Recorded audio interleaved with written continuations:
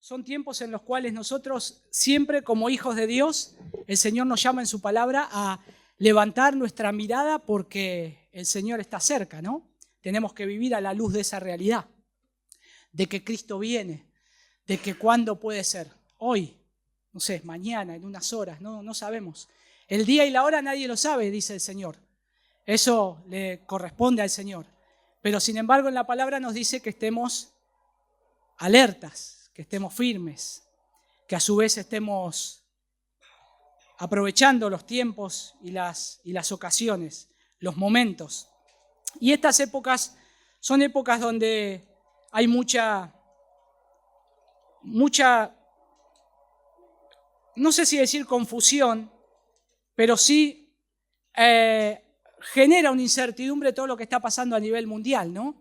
Las guerras, lo que está sucediendo en otros países, pero que a su vez nosotros estando dentro de este mundo, de una manera geopolítica, nos afecta de alguna manera. Y sobre todo con la información que hay. Estamos saturados de información, estamos hiperconectados y eso hace que estemos muy informados, pero a su vez tenemos que luchar sobre todas las cosas con la ansiedad o la preocupación o los temores que cada uno le puede generar. A algunos no les pasa nada, pero hay otros, yo sé que hay otros que les afecta de una manera preocupante, podríamos llegar a decir. Entonces nosotros tenemos que poner en perspectiva cómo nosotros estamos viviendo dentro de este mundo, que es el mundo creado por el Señor, y a su vez es el mundo en el cual no solamente el Señor es el Señor del cielo y de la tierra, sino que Él gobierna sobre todas las cosas. Cuando Cristo vino, cuando Jesús empezó a predicar, dijo, el reino de los cielos se ha acercado, arrepentíos y creed. Entonces nosotros estamos viviendo bajo ese tiempo, bajo esta predicación, de que nosotros le decimos a los hombres lo mismo. Lo que le estamos diciendo es exactamente lo mismo que dijo nuestro Señor Jesús. Arrepentidos y creed en el Evangelio. Y nosotros ahora estamos esperando que Cristo venga a buscarnos. Y en eso, cuando Cristo viene a buscarnos, inmediatamente viene el juicio. Entonces, todo ocurre de una sola vez. Pero lo que nosotros tenemos que ver, dónde estamos parados en esta época de este mundo que están pasando todas estas cosas. Y qué mejor que poder comenzar, y era mi deseo también comenzar, una serie de mensajes, de sermones, en los cuales nosotros vamos a ver cómo Cristo gobierna la iglesia. Porque la iglesia no es una institución como cualquier otra. La iglesia no es como el club de barrio donde vos vivís. La iglesia no es una sociedad de fomento. La iglesia no es una sociedad de socorros mutuos, bueno, etc. La iglesia es un pueblo. La iglesia es una esposa, como hemos estado viendo cuando estábamos compartiendo Génesis, como Cristo, que es el esposo, va a venir a buscar a su esposa, que es la iglesia. Y nosotros tenemos que vivir a la realidad de que la iglesia está dentro de este mundo, pero somos una nación santa, un pueblo adquirido por Dios, como dice Pedro. ¿Para qué? Para anunciar las virtudes de aquel, el Señor, que nos llamó.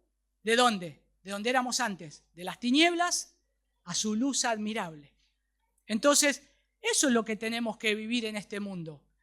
Todo va a pasar, todas las cosas van a suceder.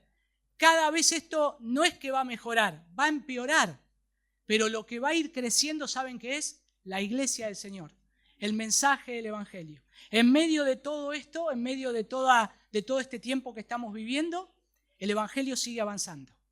Aún en medio de países perseguidos, ustedes saben que el conflicto en Irán es un país en el cual es una república o es una nación musulmana. Directamente ellos, su gobierno es así. Y esa religión odia o saca todo lo que es cristianos. Y aún en medio de esa persecución, aún en medio de esa hostilidad, de esa restricción, el Señor hoy todavía tiene hermanos en la fe que están en ese país o ahora en los alrededores, en las fronteras, que siguen pidiendo oración. ¿Para qué? Para que pare la guerra y eso. Lo que ellos piden es que nos dé fuerza y valor para seguir predicando el Evangelio. Este es un buen momento para predicar el Evangelio. Y es un buen momento porque nuestro reino no es de este mundo. Nuestra ciudadanía no es de este mundo, pero estamos viviendo en este mundo. ¿Y qué necesita este mundo caído? El Evangelio de Cristo.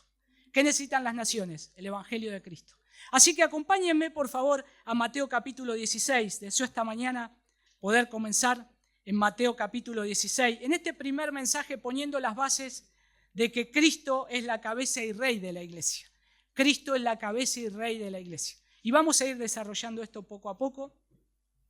También les quiero decir que después del sermón terminamos la reunión dominical, quedan todos despedidos, pero tenemos el estudio bíblico, los que se quieran quedar, y vamos a seguir desarrollando esto un poco más. Inclusive, si por ahí hay alguna pregunta que quedó ahí, que no se ha podido comprender, será un buen tiempo para poder responderla, poder ampliar un poco más. Así que esa es mi intención, que podamos ir desarrollando estas cosas. Mateo capítulo 16, versículo 18 al 19.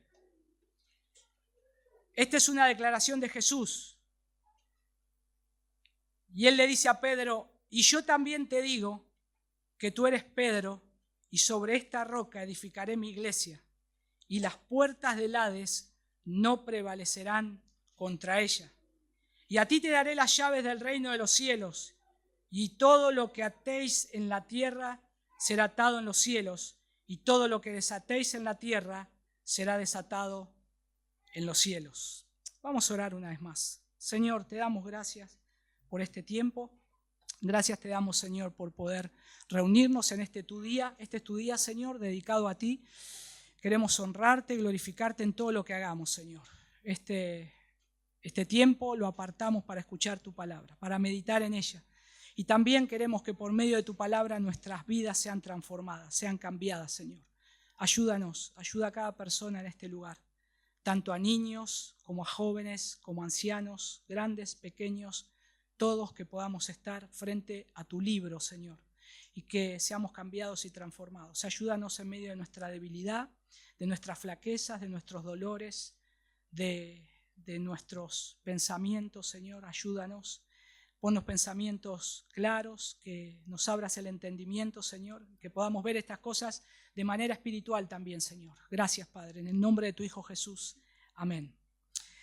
Como les decía, vivimos en una época donde la autoridad muchas veces también es cuestionada, ¿no? Hablando con todo esto que está pasando, con todo esto, un gobierno que se levanta, que quiere tomar una nación, poner orden, y uno ve referentes, y esos referentes se pueden cuestionar. Nosotros podríamos, cada uno de ustedes, cuestionar y decir, lo que está haciendo tal presidente, tal gobierno está bien, está mal, y tal vez tendrían argumentos y serían razonables y estarían en lo correcto. Pero la cultura desconfía en el liderazgo. Desconfía en el liderazgo. Imagínense que un presidente cuando está en campaña dice una cosa y después cuando está ejerciendo su mandato vemos que hace otra, ¿no?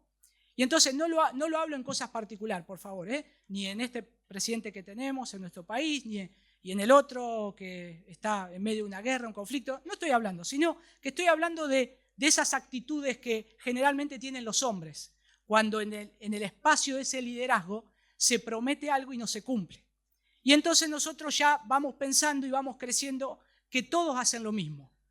Al final son todos iguales, prometen y no cumplen. Y eso puede ser así, puede ser real en ese contexto, en ese territorio. Y estamos viviendo en una época, como les decía, de conflictos latentes, donde el mundo está en alerta, guerras, tensiones. Y dentro de este panorama, la iglesia del Señor sigue prevaleciendo. Sigue prevaleciendo. La iglesia del Señor sigue prevaleciendo porque es el Señor el que la sostiene. Pero esto también pasó a lo largo de las distintas épocas de la historia. Cuando en la época de la Reforma se empezaban a gestionar dentro de la iglesia las confesiones o esa división que hubo entre la iglesia católica romana, en los gobiernos que estaban en aquella época, o en los reinados, mejor dicho, había problemas también. Había divisiones, inclusive el rey se quería meter dentro de la iglesia porque la iglesia tenía una voz muy fuerte dentro de la sociedad. Entonces quería comprar voluntades, quería comprar a los que se congregaban y venían a escuchar al ministro. Y el ministro, en algunos casos, no lo digo de la parte de la Reforma, por eso surgió la Reforma, sino de la parte de la Iglesia católico romana, se compraban voluntades. Entonces el clero decía, vos necesitás la gente, nosotros tenemos la gente, pero vos tenés el poder, así que vamos a hacer un trueque. Danos el poder como rey y nosotros te ponemos a la gente bajo tu voluntad. Y así se empezaron a gestar muchas cosas en la época por supuesto, de los años 1500, 1600, cuando ahí se levanta Martín Lutero, pero a su vez esto ya venía pasando. Pero nosotros no tenemos que mezclar el gobierno humano con el gobierno de la iglesia. Son dos cosas totalmente diferentes. Es un señor totalmente diferente, es un rey totalmente diferente, totalmente diferente. La iglesia es una nación totalmente diferente a esta nación que nosotros vivimos. Nuestra ciudadanía está en los cielos, no está acá, nosotros somos peregrinos y extranjeros. Pero nosotros, si no lo vemos de una manera correcta, podemos llegar a torcer esto. Y tenemos que tener cuidado. Y la iglesia, lamentablemente, en estas épocas, ya hace muchos años, y lo digo por la iglesia evangélica, ha empezado a transar con partidismos políticos y está cometiendo un error. Porque ahí no es donde Dios lo llamó, sino que la iglesia tiene un mensaje, y el mensaje es que hay que proclamar en todo lugar el Evangelio de Cristo. La gente necesita el Evangelio de Cristo en todas las épocas, y nosotros tenemos ese mensaje que nos baja de una autoridad que es del Rey de Reyes y Señor de Señores. Y cuando nosotros vemos el panorama y los gobiernos de este mundo, quienes quieren tener el poder y la autoridad, se quieren enseñorear del mundo, de las naciones.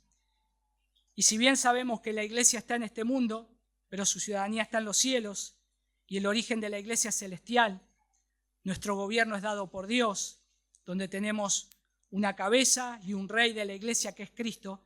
La iglesia muchas veces oscilan entre extremos también, entre dos extremos. Y a veces pasa esto dentro de la iglesia. Luchar con un extremo de liderazgo autoritativo, donde la iglesia tiene hombres que dirigen la iglesia, pero toman la autoridad de la iglesia, dominio de la iglesia y se enseñorean de la grey del Señor. Cuando Dios no lo ha llamado para eso a los hombres que están liderando. Y a su vez también puede ser de otra manera. Los hombres que son puestos por el Señor, pastores, ancianos, están a un costado y es la iglesia que se levanta de una manera anárquica, donde empieza a decir, ahora nosotros, este grupo de personas, decimos lo que se tiene que hacer acá adentro. Entonces fíjense que hay dos extremos y los dos son peligrosos, porque cuando el Señor pone el fundamento, saca esos dos extremos. El Señor dice, no es ni uno ni es el otro. Lo que Él va a decir es esto que empieza a decir en el versículo 13 de Mateo 16 y lo finaliza en el 18, donde Él dice, esta es mi iglesia. Yo soy el Señor. Yo soy el Señor.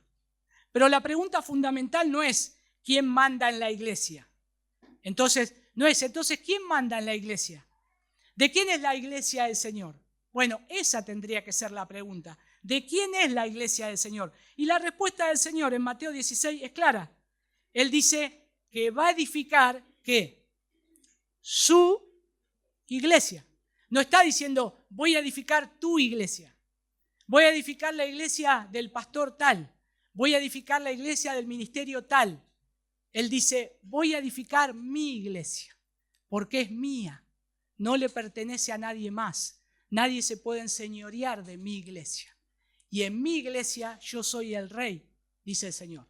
Y en mi iglesia yo pongo los principios. Y en mi iglesia yo digo cómo se tiene que predicar.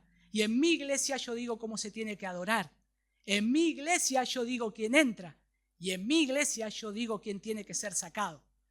Todo eso, la Escritura va dando una narrativa a partir de esto que se está poniendo un fundamento. Y esto es la piedra fundamental. Dice que Mateo el Evangelio de Mateo tiene 5 discursos. Algunos dicen que lo hizo a propósito Mateo pensando en el Pentateuco, en los 5 primeros libros de la Biblia. No sé si será así. Pero de los 5 discursos, este es el tercer discurso. De los 5 discursos, el Señor Jesús viene mostrando quién es Él, cómo nació, Mateo lo viene relatando, da discurso y después da la narrativa. Muestra el discurso del Señor y después da la narrativa de lo que significa. Ahora, cuando llega a este punto, es como que es el punto del clímax máximo de la carta. Porque acá Jesús se descubre. En los capítulos anteriores, del 1 al 15, ustedes van a ver que Jesús hace señales, hace milagros. Dudan algunos ahí, pero lo que sucede es que todavía Él no dijo, es el Cristo, sos el Cristo, todavía no dijo. Pero ahora en el versículo 13, Él hace la pregunta a propósito. ¿Ustedes quién dicen que soy yo? ¿O quién dice la gente que soy yo? Y entonces ahí empiezan las especulaciones. Y la gente empieza a hablar. Y miren, interesante lo que dice Mateo 13. Acompáñenme ahí a Mateo el versículo 13. Viniendo Jesús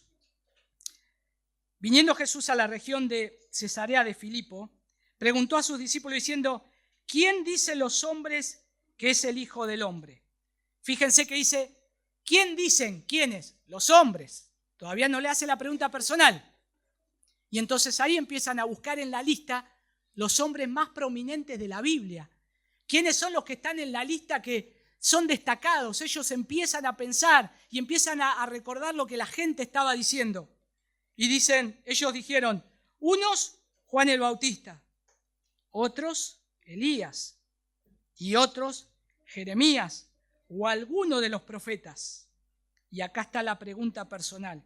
Y Él les dijo, ¿y vosotros quién decís que soy yo? Y ahora la pregunta se torna personal. ¿Están de acuerdo con lo que dicen? ¿Soy Jeremías? ¿Soy Elías? ¿Soy Juan el Bautista? Y parecieran que todo ahí se empiezan a indagar y a hablar entre ellos. A ver, porque la pregunta fue general. Acá no le está diciendo a Pedro, a ver Pedro, decime vos quién sos. Él le hace a todo el grupo. ¿Y la respuesta qué es? Respondiendo Simón Pedro dijo, tú eres el Cristo, el Hijo del Dios viviente. Entonces le respondió Jesús, bienaventurado eres Simón, hijo de Jonás, porque no te lo reveló carne ni sangre, sino mi Padre que está en los cielos. Ante esta declaración y ante esto que Cristo está diciendo, el primer elemento que tenemos que considerar acá es que Cristo es el Señor de la iglesia, que Cristo es el fundador y dueño de la iglesia, porque en el versículo 18, que es con el que comenzamos, dice ahí, y yo también te digo que tú eres Pedro y que sobre esta roca edificaré mi iglesia y las puertas del Hades no prevalecerán contra ella. Fíjense que dice ahí, sobre esta roca edificaré mi iglesia. Lo que está diciendo edificaré es que la iglesia no es una invención humana. La iglesia no nace cuando te vas a inscribir en el fichero de culto. Cuando tenemos el número de culto, no decimos, ahora somos iglesia. Ya somos iglesia. Cuando el Señor reúne a un grupo de hermanos separados por el Señor. Cuando ese grupo de hermanos reunido empieza a tener oficiales que empiezan a liderar ese grupo. Pero a su vez, cuando ese grupo dice, ahora queremos tener un pastor y queremos que entre los hermanos que hay, Señor, nos des un pastor. Y ahí levanta el Señor a un hombre que va a hacer lo que Dios le dice, porque es su iglesia. Y entonces ahí tenemos una iglesia. ¿Dónde nace? En el Señor. ¿Dónde nace? En los cielos. ¿Dónde nace? Ya la iglesia está pensada en el Antiguo Testamento. Ahora se empieza a evidenciar. Ahora el Señor Jesús empieza a decir, esta es mi iglesia y es una iglesia que yo voy a edificar. No nació de una estrategia, no es el resultado de un programa exitoso. Cristo mismo es el que se compromete a edificar su iglesia. Él es el Señor. Él es el Rey de su iglesia. Él es el que se pasea en su iglesia. Esta iglesia le pertenece a Él. ¿Han tenido que ser alguno de ustedes guarda de algo que no era suyo? Yo sé que sí, claro, muchos de nosotros. Sea en trabajos, sea en casa, sea el cuidado. Cuando nos dejan al cuidado de algunos niños, a veces van a casa y entonces ahí quieren hacer cosas raras, ¿no? Y por ahí, no sé, ¿me puedo subir al techo con...? Pasó eso hace poco. Y entonces yo le tengo que decir a mi hija, vos subite porque sos mi hija, pero tu amiguita, que no es mi hija, yo la tengo que cuidar. Porque si pasa algo, ella no es mía, no me pertenece. Van a venir sus papás y van a decir, ¿qué pasa? Que mi hija se cayó, se quebró el brazo, ¿cómo la dejaste subir a ese lugar? Entonces, con mucho cuidado, uno tiene gran responsabilidad. Tiene un cuidado, no es mío, la tengo que devolver entera por lo menos, con todas sus partes, en orden. Así, si alcanzamos ese objetivo, está bien, es bastante. Pero ahora el Señor está diciendo, esta es mi iglesia, me pertenece. No es de un hombre, no es de una persona, no es de alguien de ustedes, sino que es mía y yo voy a poner a las personas. Pero eso lo dejamos para más adelante. Lo que estamos viendo acá es que la iglesia verdadera no se sostiene por marketing espiritual, sino por la obra soberana del Hijo de Dios. Cuando nosotros empezamos a utilizar en la iglesia modelos que están fuera de la Escritura, queremos hacer la iglesia más atractiva, queremos que venga más gente y entonces se nos ocurre y decimos, bueno, vamos a contratar a un gerente de marketing que cambie la estructura de la iglesia. Pero ahora vamos a contratar a alguien que sea un, no sé, diseñador de moda y que empiece a vestir a los que dirigen la alabanza con una ropa que llame la atención. Y a su vez le dicen al predicador, y ahora vos tenés que usar estas palabras para que la gente te quiera, te ame y venga más gente, venga a escucharte. ¿Se puede hacer eso? Claro que sí. Y de hecho lo hacen. Sin embargo, ¿es correcto? No, porque es la iglesia del Señor. Y estamos utilizando métodos de hombre para hacer algo dentro de un lugar que no es nuestro. Y el Señor lo va a venir a buscar y va a decir estas terribles palabras. ¿Qué hiciste con mi iglesia? ¿Qué hiciste con mi amada? ¿Cómo la vestiste? ¿Qué le diste de comer? ¿Cómo la pastoreaste? Esta es la iglesia del Señor. Entonces, claro que tenemos que temblar ante estas palabras y ante esta declaración que el Señor dice acá. Edificaré mi iglesia. Noten estas dos palabras, mi iglesia. Por favor, hermanos, no nos olvidemos de estas dos palabras. Es la iglesia del Señor. Es mi iglesia, es la iglesia del Señor. Y aquí está el punto central. ¿Por qué? Cuando dice mi iglesia, ¿saben qué es? Es mía, es de mi posesión. Vos no la compraste, vos no la redimiste, vos no la salvaste, fui yo. Y el Señor Jesús tiene la autoridad para decir, es mi iglesia. No sos vos, Pedro, vos sos un mortal, es mi iglesia. No es tu iglesia, es mi iglesia, es mi posesión, me pertenece a mí. ¿Se acuerdan cuando el apóstol Pablo en Hechos capítulo 20, versículo 18, le dice a los hermanos, le da consejos y le dice cómo se tenían que comportar en la iglesia? Miren ahí, Hechos capítulo 20, versículo 28. Por tanto, mirad por vosotros y por todo el rebaño en que el Espíritu Santo os ha puesto por obispos para apacentar la iglesia del Señor, la cual Él ganó por su propia sangre. Les está haciendo acordar a los ancianos de Éfeso. Acuérdense, no es la iglesia de ustedes, no es mi iglesia, no es la de Pedro, no es la de Bernabé, no es la de Santiago, es la iglesia del Señor. Es su propia iglesia. Y ahí dice el precio con el cual la compró. Fue comprada con su sangre, fue redimida por su muerte, fue sellada por su espíritu. Interesante porque cuando nosotros leemos el apartado 26 de la confesión de fe que tenemos, nosotros hacemos énfasis en esto. En la confesión de fe dejamos bien en claro de quién es la iglesia. Y en el primer punto de nuestra confesión nosotros afirmamos: la iglesia universal ha sido dada a Cristo por el Padre, redimida por Él y llamada por el Espíritu. La iglesia es un pueblo redimido bajo un Rey redentor. Eso es lo que creemos y confesamos, porque lo creemos, porque lo dice la palabra del Señor. No le pertenece a un pastor, no le pertenece a 2 pastores, ni a 3 ni a 4. No le pertenece a un ministerio, le pertenece a Jesús, le pertenece a Cristo. Y bueno, mucho abuso, claro, sobre este pasaje, sobre todo el versículo 18 y el versículo que le sigue, el versículo 19. Por parte de la Iglesia Católica Romana, poniendo a Pedro como el primer papa. La Iglesia de Roma dice: Pedro es el primer papa porque Cristo declaró sobre él que él es la roca en la cual él hace esa declaración, y ahí se levanta la iglesia. Eso pasa no solamente por querer tener un control de las personas, una teología que tuerce la palabra del Señor.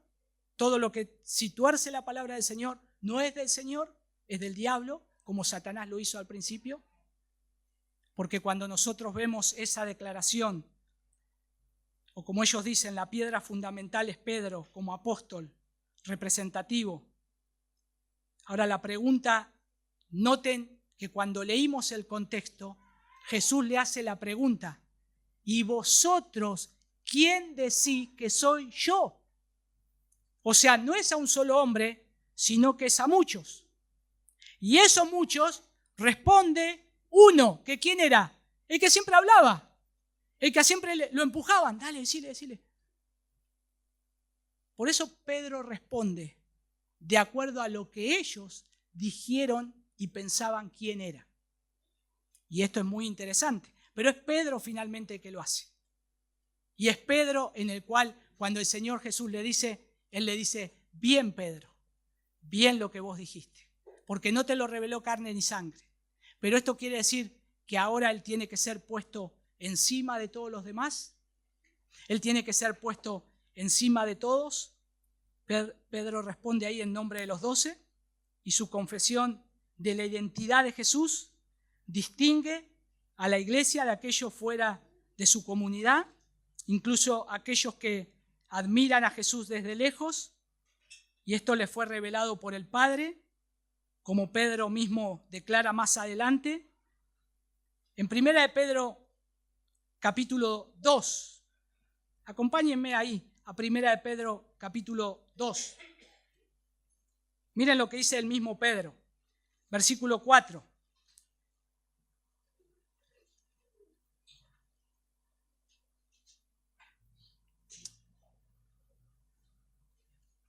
Primera de Pedro 2, versículo 4. Esperen que lo encuentro yo acá. Dice, acá está: acercándonos a Él, dice Pedro, piedra viva, desechada ciertamente por los hombres, mas para Dios escogida y preciosa. ¿Quién es la piedra viva? Cristo, ¿no? Versículo 5, vosotros también como piedras vivas, sed edificados como casa espiritual y sacerdocio santo, para ofrecer sacrificios espirituales aceptables a Dios por medio de Jesucristo. Versículo 6, por lo cual también contiene la Escritura: he aquí pongo en Sión la principal piedra del ángulo, escogida, preciosa, y el que creyere en él no será avergonzado. Versículo 7, para vosotros pues, los que creéis, él es precioso, pero para los que no creen, la piedra que los edificadores desecharon ha venido a ser la cabeza del ángulo. Versículo 8, y piedra de tropiezo y roca que hace caer, porque tropiezan en la palabra, siendo desobedientes a lo que fueron también destinados. El mismo Pedro está diciendo: yo no soy la roca, Cristo es la roca. Pero ahora esta palabra que le dice Pedro, ¿qué significaba? Piedra. Pero piedra, roca no, piedra. Como de la roca cortás un pedacito y acá tenés piedra, es una piedra. Pero la roca, el fundamento, es Cristo. El fundamento es Cristo. Todos los creyentes se han convertido ahora, como dice Pedro acá, en piedras vivas. ¿Por qué? Por la relación que tienen con Cristo. Pedro es nuestro hermano, es un apóstol designado por el Señor, es el que ha puesto el fundamento junto con los demás apóstoles del Evangelio de Cristo, de la iglesia del Señor, y sobre eso se edifica la iglesia, terminan los apóstoles, ahora el Señor que da pastores. Y ahora lo que el Señor nos está diciendo ahí es que todos somos piedras vivas por la relación que tenemos con Cristo. Con los apóstoles como el fundamento, porque ellos reciben y transmiten la revelación del nuevo pacto. Pero además un detalle, cuando Pedro dice que Jesús no debería ir a la cruz, versículo más adelante, ¿qué le dice el Señor Jesús? Versículo 22, miren qué interesante, de Mateo 16. Entonces Pedro, tomándole aparte, comenzó a reconvenirle diciendo: Señor, ten compasión de ti, ninguna manera te acontezca esto. Pero él, Jesús, volviéndose, dijo a Pedro: quítate delante de mí, Satanás, me eres tropiezo, porque no pones la mira en las cosas de Dios, sino en las de los hombres. Entonces, quiere decir que Pedro, un hombre falible, no lo está poniendo inclusive como alguien que uno pueda mirar y decir: confíen en este hombre porque es un hombre infalible. Acá ya pasó solamente unos minutos y ahí ya comete la torpeza de arrebatado, de hablar enseguida, de no pensar. Porque a partir de ahora lo que hace Jesús, yo le dije que Mateo tiene 5 discursos. Los primeros 3 discursos están hasta el capítulo 16. Ahora los últimos 2 discursos o los últimos 2 mensajes arrancan del 16 hasta el 28. Porque Jesús ahora es como se saca el velo. Dice: yo soy, acá está, yo soy Cristo.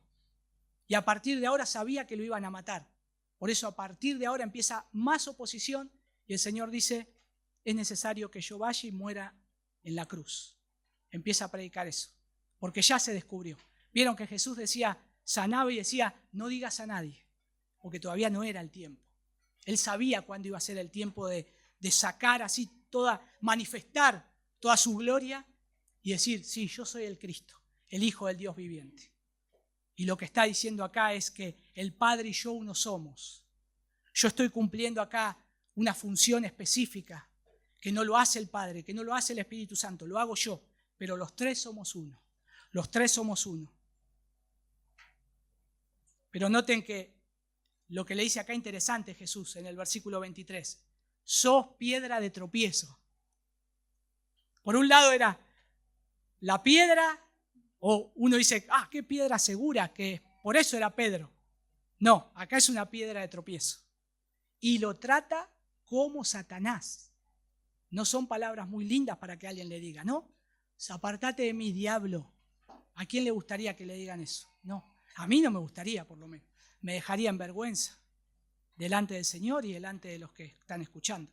Pero el segundo elemento que vemos acá entonces es que Cristo es la cabeza suprema. ¿Y cómo lo entendía los apóstoles? ¿O cómo lo entendía el apóstol Pablo? Acompáñenme ahí a Efesios, por favor, capítulo 1. Efesios capítulo 1. Vamos a ver unos versículos ahí. ¿Cómo lo entendía Pablo? Capítulo 1, versículo 22.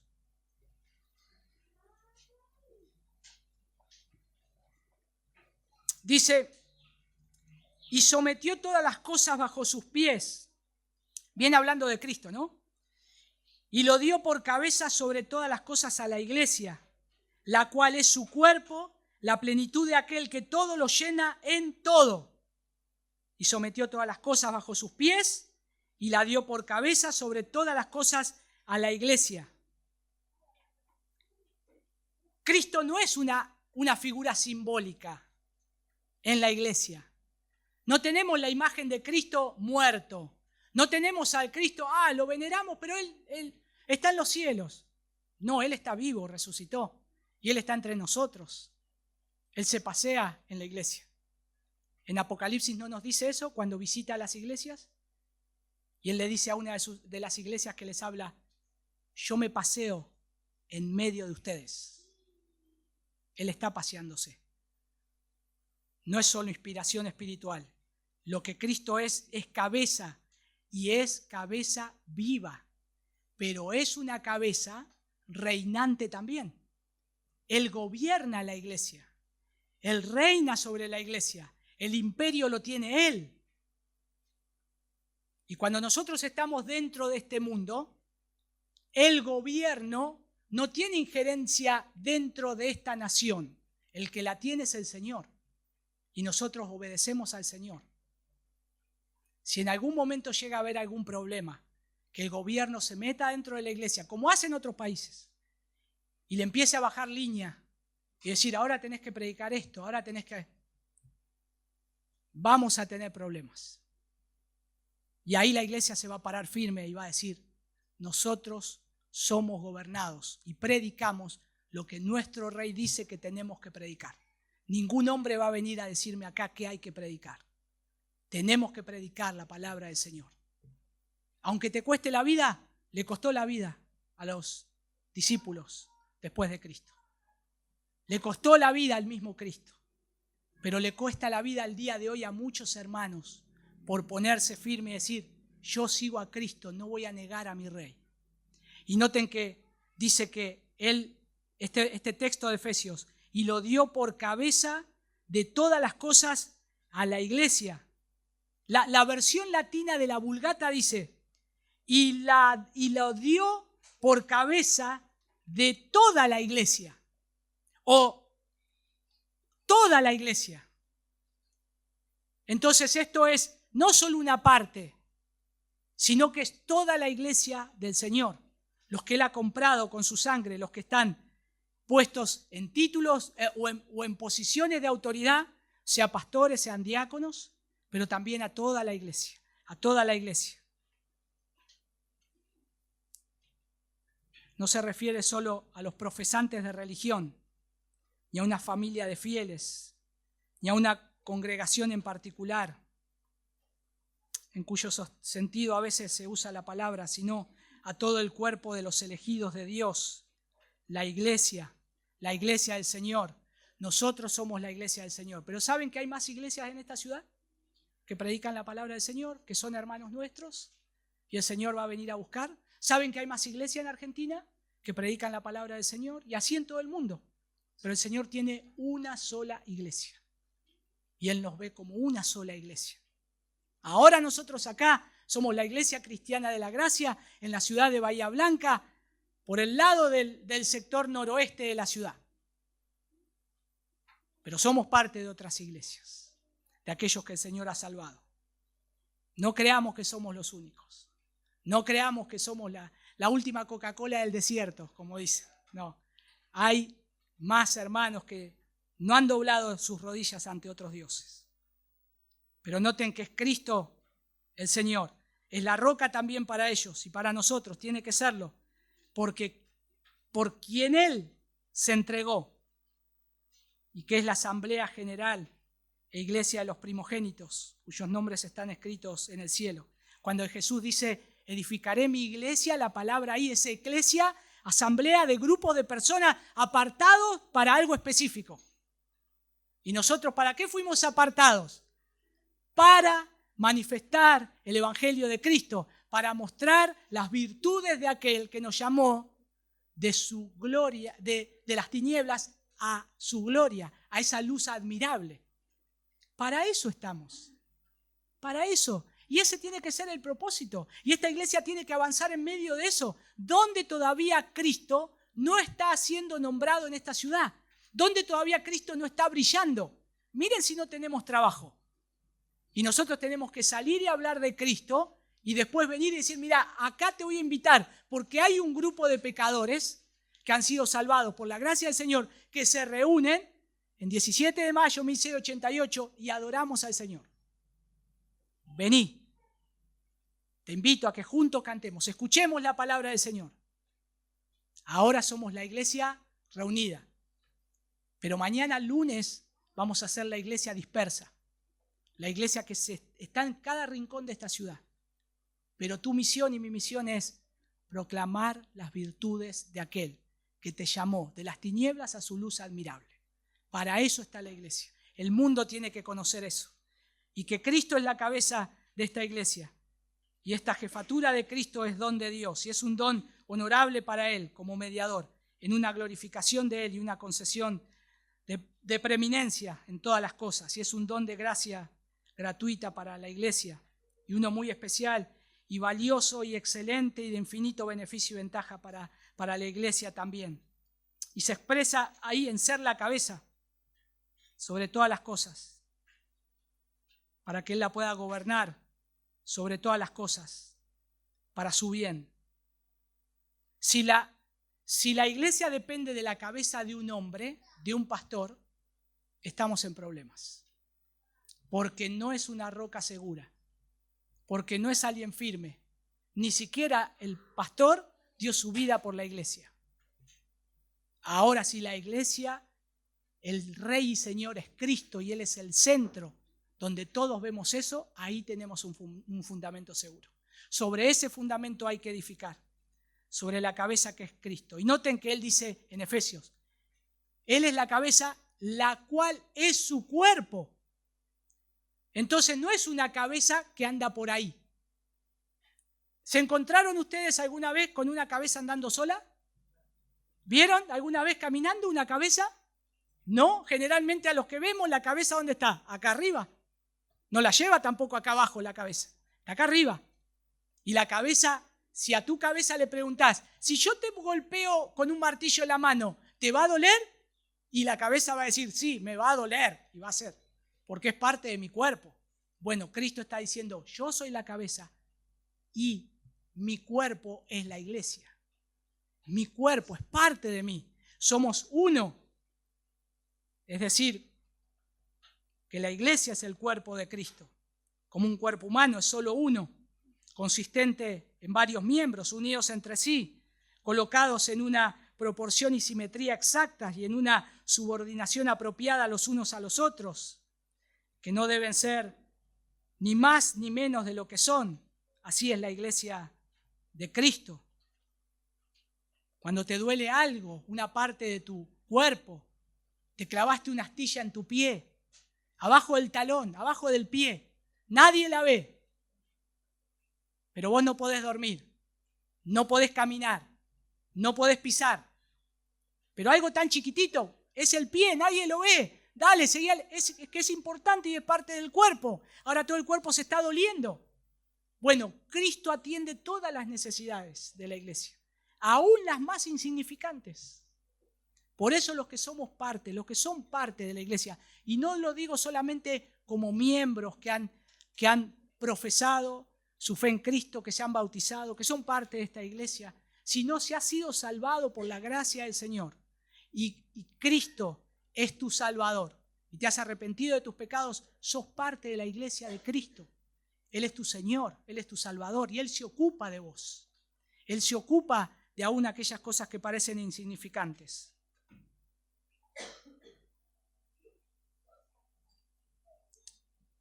Dice acá, la plenitud de aquel que todo lo llena en todo. Miren cuántos datos nos da acá. Además de la plenitud personal que Cristo tiene como Dios y su plenitud de habilidad e idoneidad, podríamos decir por su obra como mediador, y su plenitud dispensatoria que mora en Él para el uso de su pueblo, la iglesia es su plenitud. Es su plenitud. Pero noten que dice que la llena en todo. La conforma a Cristo, es llenada para Él, completa en Él, le pertenece a Él. Por eso, cuando Pablo está escribiendo acá, en la iglesia había tanto judíos como gentiles, y a veces había problemas, divisiones, y él está diciendo, no hay judío ni gentil, dijo él en Romanos, hay una sola iglesia, somos uno en el Señor, y ahora no hay divisiones, somos uno en el Señor. Y el Señor nos reunió y estamos todos bajo su cabeza, estamos todos bajo su gobierno Él nos persevera a los unos y a los otros. Él murió en la cruz, tanto como para judíos o gentiles o griegos. No hay distinción de personas. No hay distinción de personas. Por eso el Señor es el que escoge, el que llama, el que aparta. Y aparte llena todo en todo, dice acá. Lo cual puede entenderse ya sea más extensamente porque Él llena ambos contextos, como lo son habitantes de distintas lenguas, pueblos, tribu y nación. Pero Él llena todos los lugares con su omnipresencia también y a todas las criaturas con alimento y sustento. ¿No es real que Cristo alimenta a su iglesia, pero también hace salir el sol sobre buenos y malos, sobre justos e injustos? Dios, el Señor, sustenta todo lugar. El Señor sustenta todo lugar. Aunque los impíos nieguen esto, Él les sigue dando sus bondades. Pero está esperando que se arrepientan. Está dando tiempo para que se arrepientan. Y por eso tenemos que predicar el Evangelio. Cuántas cosas preciosas que hay acá. Cuánto el Señor nos llena en todo, de toda gracia, de toda bondad. Los frutos de justicia también. Y lo que hace es hacernos aptos, ¿para qué? Para que seamos útiles dentro de su iglesia, pero a su vez para llenarnos de felicidad. Bienaventurados, bienaventurados. Ahora es una autoridad delegada. Toda autoridad en la iglesia es ministerial, no magistral. Ustedes saben que el pastor no legisla. El pastor no legisla. No lo tiene que hacer. La iglesia no inventa doctrinas. No tiene autoridad independiente. Nosotros declaramos que el Señor Jesús es la única cabeza de la iglesia. Y la autoridad es de Él. Ahora, en esto hay dos cosas que quiero que tengamos en claro antes de finalizar. Yo espero que quede bien en claro de quién es la iglesia y a quién le pertenece la iglesia. Y si hay algo que me gustaría que salgas de acá y que salgamos de acá diciendo la iglesia le pertenece al Señor Jesús. Por esta declaración, no solamente que es fundacional, que es fundamental, como una piedra en la cual nosotros construimos todo el edificio. Pero el pastor no gobierna solo en la medida que enseña la palabra de Dios. O podríamos decir, que el pastor gobierna solo en la medida en que enseña la palabra de Cristo, no la palabra de Dios. Él separa, el pastor tiene que abrir la palabra del Señor y tiene que predicar y decir, hermanos, así dice el Señor. Este texto dice lo siguiente. Y hay otros que lo interpretan de otra manera. Pero es lo que tiene que hacer, es la tarea del pastor. La iglesia está recibiendo eso. Pero la iglesia también tiene que ver cómo recibe la palabra del Señor. Que eso que se está hablando es verdad porque lo saca de la Escritura. Que no es un cuento, que no es un invento, que no me está trayendo doctrinas raras. Y cuando se aparta de la palabra del Señor, lamentablemente esto sucede a veces. Lo que sucede es que pierde autoridad moral. Cuando un pastor se aparta de la palabra del Señor, ya automáticamente pierde autoridad moral.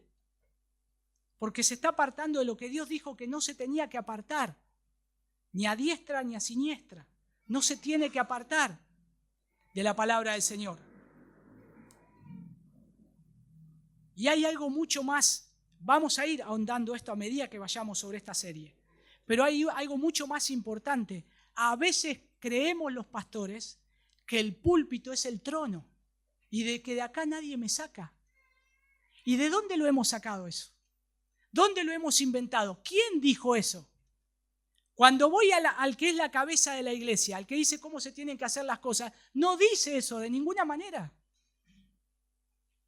Sino que lo que dice es que hay hombres dotados y cualificados por el Señor, con esos dones que Dios confiere, no a todos los hombres, pero lo tienen que utilizar para la edificación de su iglesia. Entonces ahora pasa a ser un siervo, pasa a ser un esclavo del Señor, con una gran responsabilidad. Santiago capítulo 3, versículo 3, hay una advertencia muy seria para los pastores y todos los que enseñan. No os hagáis maestros muchos de vosotros, sabiendo que recibiréis mayor condenación. ¿Se imaginan llegar al cielo? Señor, En tu nombre prediqué. En tu nombre eché fuera demonios. En tu nombre hicimos esto. Y como el Evangelio de Mateo dice, apartados de mí, nunca los conocí, hacedores de maldad. Eso es muy fuerte.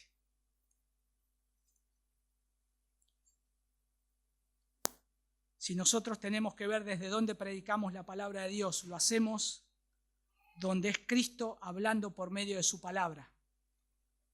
Déjeme finalizar con el versículo 19 cuando dice, y a ti te daré las llaves del reino de los cielos. ¿Qué significan las llaves del reino de los cielos? Porque lo que está hablando acá es, las llaves del reino son autoridad bajo una persona que te las entrega. ¿Ustedes todos vinieron con la llave de su casa? Sí, ¿no? Espero que sí. Bueno, cuando nosotros, los que tienen hijos, hacemos un juego de llave, ¿qué es lo primero que le decimos? No las pierdas, no te las olvides, no las dejes. Y nos dijeron a nosotros eso nuestros papás también, ¿no? Entonces nosotros repetimos lo mismo. ¿Por qué? Porque son importantes. Con la llave esta entras a la casa donde están todas nuestras cosas valiosas. Si la perdiste, si la dejaste puesta en la puerta, como sé que algunos hacen, bueno, no me voy a poner a exhortar ni a mirar a la hermana que hace, dije hermano, ya. Entonces, no tener cuidado, te abren la puerta, te entran y te roban todo.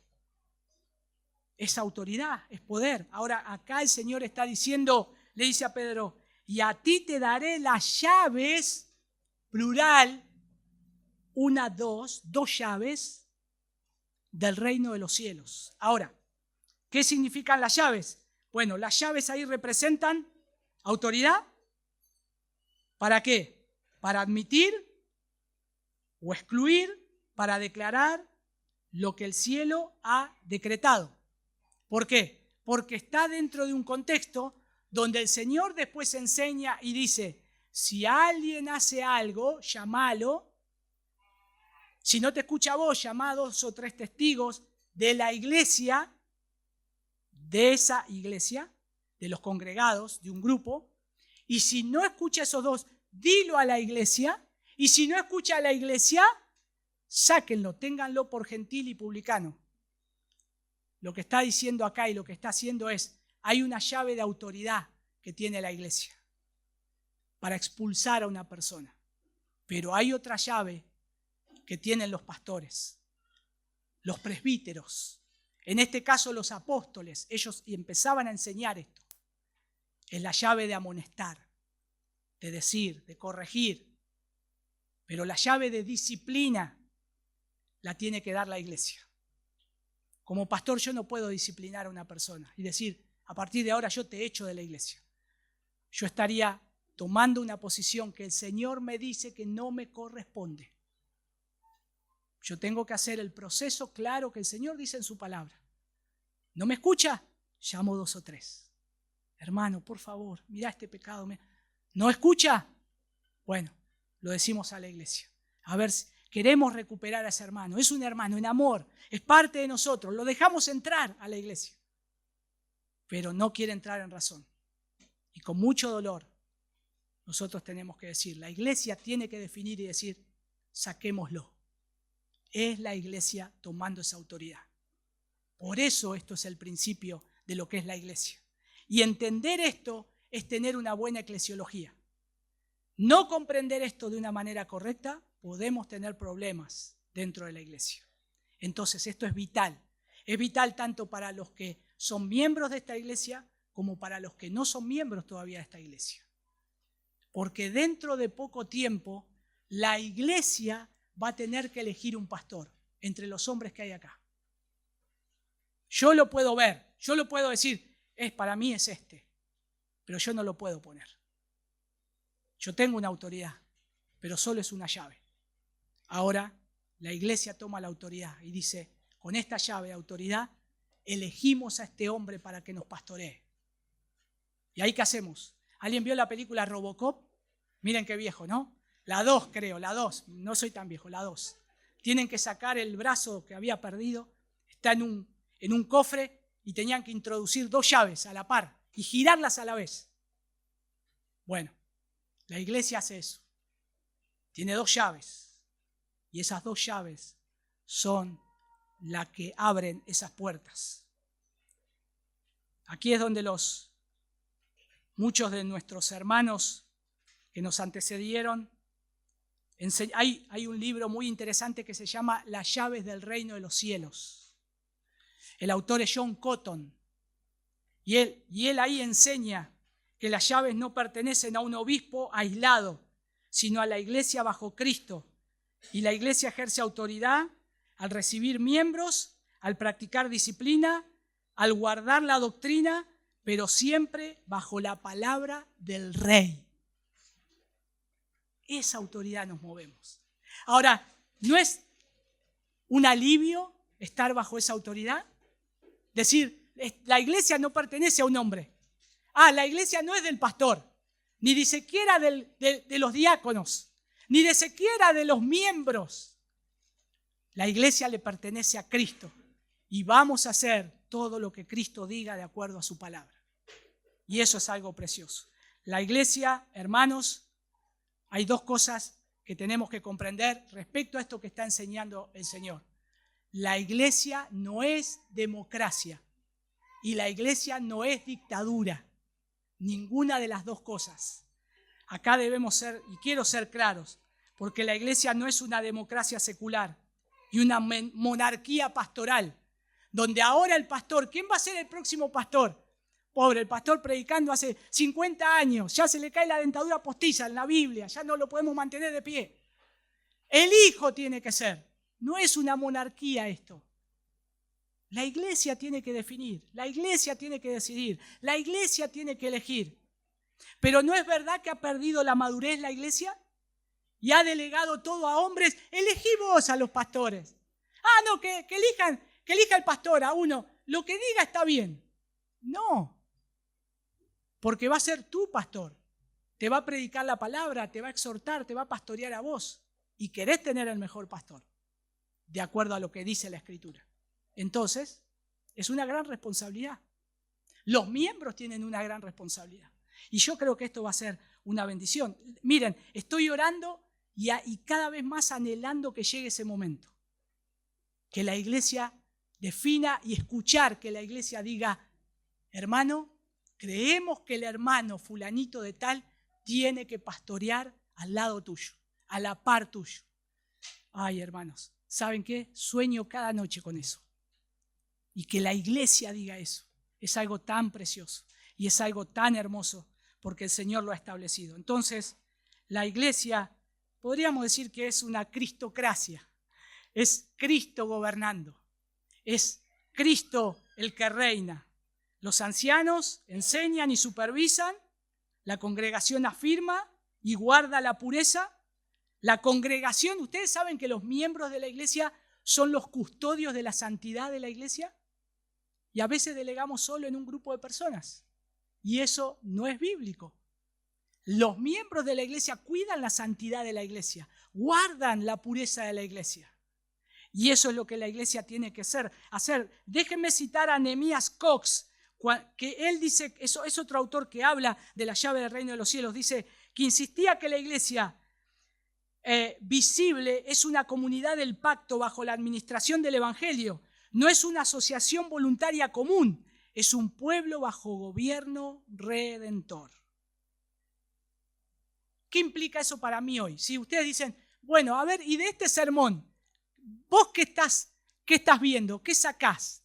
Para mí, que yo soy el pastor, yo veo un montón de cosas y yo tiemblo, las rodillas me hacen tac, tac, tac, tac, tac. Porque lo que veo acá es que si soy pastor, yo no soy el dueño. Tampoco soy un alto ejecutivo o como se dice ahora un CEO de la iglesia. No, no lo soy. Tampoco soy el caudillo espiritual. Y como argentinos estamos acostumbrados a los caudillos, ¿no? Siempre nos gustaron los caudillos. A través de la historia siempre se han querido levantar caudillos, aún en los gobiernos. Y vitoreamos a un caudillo. Y creemos que en la iglesia tiene que pasar lo mismo. Tiene que venir un caudillo para poner las cosas en orden. No.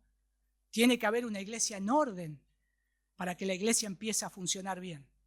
Tiene que haber una membresía en orden y tiene que haber oficiales que estén en orden, gobernando por la palabra del Señor. ¿Qué somos? Mayordomos.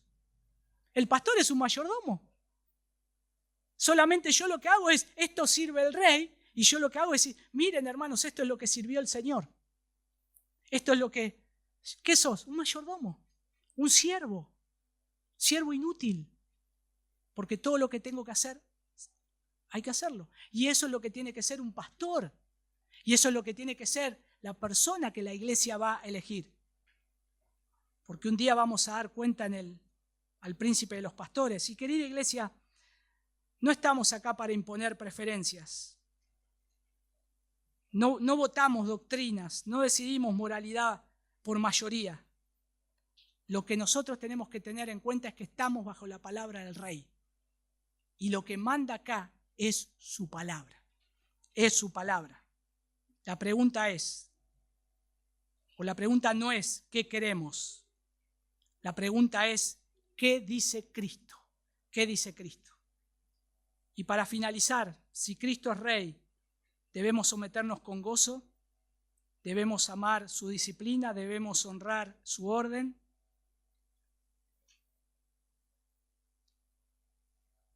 Imagínense que vamos en un barco en medio del mar.